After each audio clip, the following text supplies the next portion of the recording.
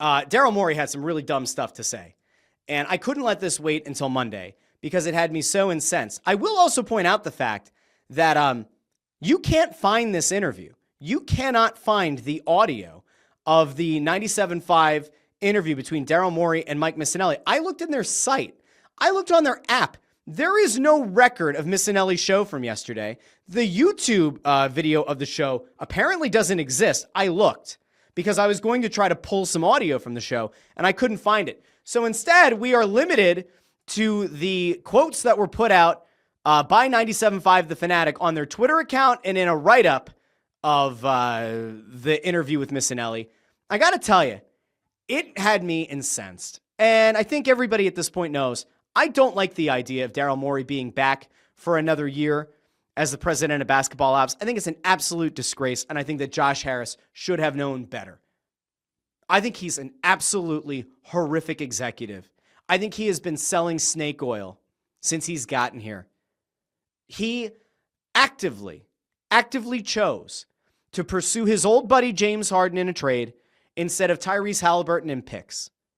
Tyrese Halliburton sure would have been a better player for the Sixers than James Harden, who had to leave after a year because, reportedly, Daryl Morey told him he was going to give Harden the Supermax and then pulled back, which eventually led to things souring with James Harden enough that, he happened to have some pretty nasty things to say about a guy who was once his, number one fan, right?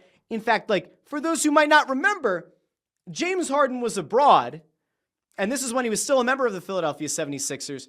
James Harden went and talked to a camp, and he had this to say about his old pal, Daryl Morey. Morey is a liar, and I will never be a part of an organization that he's a part of. Let me say that again. Daryl Morey is a liar, and I will never be a part of an organization that he's a part of. So, I never in my life do I remember a player coming out with that kind of line against an executive, one that had been essentially that player's champion to that point, and say, I'm going to say that again. Just in case the aggregators might have missed it, just in case the people filming didn't catch the whole thing. He repeated it. He's a liar, and I will never be part of an organization that he's part of ever again. So Daryl Morey, let's go back to Daryl, because I have not gotten to his interview with the rights to Ricky Sanchez. I'll get to that. Maybe I'll report back on it on Monday. But I can give you some of what Daryl Morey had to say to Mike Missanelli on Thursday, including this gem of a quote. Daryl Morey says, "This is the first losing season I have ever had. More deep playoff runs than pretty much any executive. I have never been in the lottery. I'm pretty good at the winning thing." I'm going to say that again. First losing season I have ever had. More deep playoff runs than pretty much any executive. I have never been in the lottery. I am pretty good at the winning thing. You know where Daryl Morey has not been? The NBA Finals. Do you know what Daryl Morey's team has never won? The NBA Finals. Do you know what people ultimately judge the success of an executive, a coach, and even a player's legacy? The NBA Finals, preferably winning it. It's not as though Daryl Morey has put together 4, 5, even 3, 2 teams that have gotten to the NBA Finals. It's not as though Daryl Morey has led 2 different franchises to an NBA Finals. And listen, if you lose, you lose. Winning the ultimate prize is very hard. He's never had a team get to the ultimate moment, to the final series, to the NBA Finals. He's never had them win an NBA Finals, but I've had more deep playoff runs than pretty much any executive. Pretty good at the winning thing. Oh, yeah? Interesting.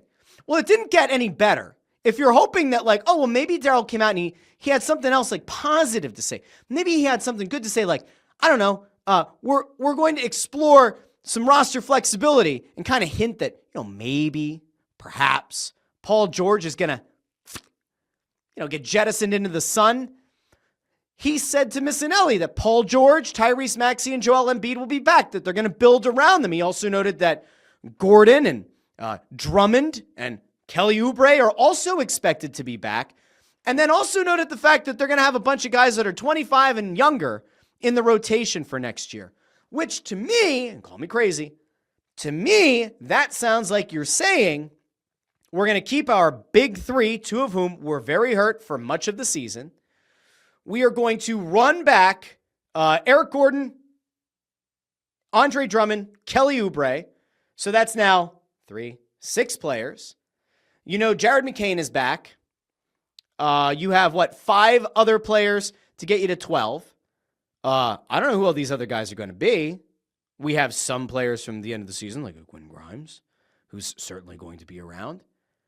But you can't say that your team is going to get younger and you have all these young guys in the rotation, and then also say we're going to bring back 2 guys who are definitely older in Gordon and Drummond, one who's like in between in Oubre, and make it sound like you're going to go through a youth movement, but you're building around the big 3, but 3 of your rotation players are also going to be back and in the mix. Like I don't understand. It seems like cognitive dissonance, right? It does.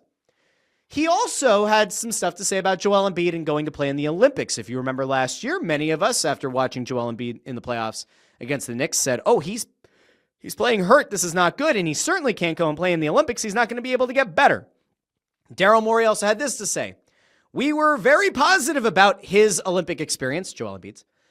Doctors were very comfortable and actually thought it would be positive for him to participate in it. So we had no issues with that. And it was a proud moment for him and the United States to win that gold. The doctors thought it was going to be a good idea for Joel Embiid to go play in the Olympics. They thought it would be a good idea for Joel Embiid, who looked hobbled in the postseason against the Knicks, to not take the offseason off and rehab whatever injury issues he had, presumably the knee, and thought it would actually be better for him to fly across the world and go participate in the Olympic camp and in the Olympics themselves. The doctors thought that that was a good idea, according to Daryl Morey, and that it was a proud moment for him and the United States to win gold. Well, I'm sure it was a proud moment for him, and it certainly was a proud moment for these United States of America. You know what we weren't proud of? The fact that after the Olympics, sometime between then and training camp and the start of the season, there was never a mention of what kind of setback Joel Embiid had and why he had a setback that caused him to miss the start of the season. And Daryl Morey wouldn't come out and talk to the public about it, and instead sent Nick Nurse, the head coach, out, much like Sam Hinkie once did with Brett Brown, to go answer all the questions about what was going on with Joel Embiid, the franchise center, what was happening with him. What do you mean it was all part of the plan for him not to start the season? What plan? When was this ever articulated? How about all the people who bought tickets to the start of the season? How about the people that bought season tickets? Was it ever articulated to them that Joel Embiid wasn't going to play to start the season? Because I don't think it was. If it had been, we would have fairly reported it here, but it wasn't. So, to recap, the Sixers just had one of the biggest flops of a season that we can remember in recent memory. A season that began, as he also noted, a season in which we entered the season with the third best odds in the of winning the Eastern Conference. The third best odds of winning the Eastern Conference. That's what we were last year. So, to recap, they were the third highest favorite to win the Eastern Conference last year. They had a former MVP in Joel Embiid, a rising superstar that they gave a max contract to in Tyrese Maxey, a player who we all knew had injury concerns, but when playing at his best should have been an upgrade over Tobias Harris, in Paul George. They had brought in some rotation guys. They had filled out a lineup that in theory should have been able to maximize the skill sets of their big 3. They had a draft pick who surprised everybody in McCain, who then eventually also got injured. We watched the big 3 fall apart, mostly George and Embiid, which some foresaw happening. We saw the season start with Paul George getting hurt in the preseason and Joel Embiid not being ready and us being told it was part of the plan. We saw terrible miscommunication between the front office, the coaches, the team as a whole, and the public. And we were ultimately treated to a season where they finished with the 4th best lottery odds. And in fairness, they could still lose that pick. We'll find out next Monday if they're going to keep their top 6 protected pick or not. But not a great season. And while the name like Bob Myers is out there, and a guy that Josh Harris has a previous relationship with in Bob Myers, you would think maybe Josh Harris would realize Daryl Morey's been selling me snake oil to this point. There's a guy out there who built a dynasty with Golden State. Perhaps he'd be worth having a conversation with. And instead, for whatever reason, they're running it back with Daryl Morey. And I'm going to tell you what I'm running it back with. Apathy. I am not interested in the Sixers team. There is very little they could do to get me excited for them next season. Now, I will support the Philadelphia 76ers from afar. I will support Tyrese Maxey, who lights up a room with that smile. I will support that Joel Embiid, the human being, will somehow get healthy and have another MVP caliber season, and that Paul George will prove that he is an upgrade over Tobias Harris and that this was just a fluky injury season. And I will hope from a distance that they're going to do well.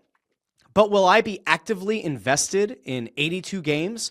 Will I take the family down to 4, 5, 6 games and spend hard-earned money to go take the family to see a Sixers team on the rise? No, because I don't believe in the vision. I don't actually know that there is a vision. The only vision that I think exists is Daryl Morey looking at, I don't know exactly what, a spreadsheet perhaps, and hoping, crossing his fingers and his tootsie toes, that the injury fairy isn't going to pay the Sixers a visit next season, and that he's going to be able to sit on a dais next year very smugly and talk about how, well, we turned things around.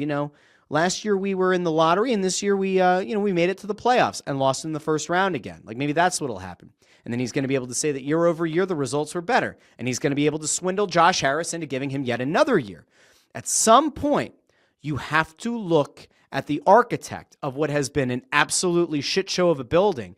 And as the doors are coming off the hinges, and as the building sways every time the wind blows, and as the foundation begins to crack, the owner has to sit back and say, you know what, maybe the architect wasn't actually qualified after all. Perhaps we either need to bring a new architect in to fix this building, or we just need to tear down the building and have a new architect build it up. And I am honestly shocked that they didn't have that realization this offseason. And that, to me, feels like a massive failure of epic proportions. And I cannot support the fact that they're bringing back Daryl Morey. I just can't.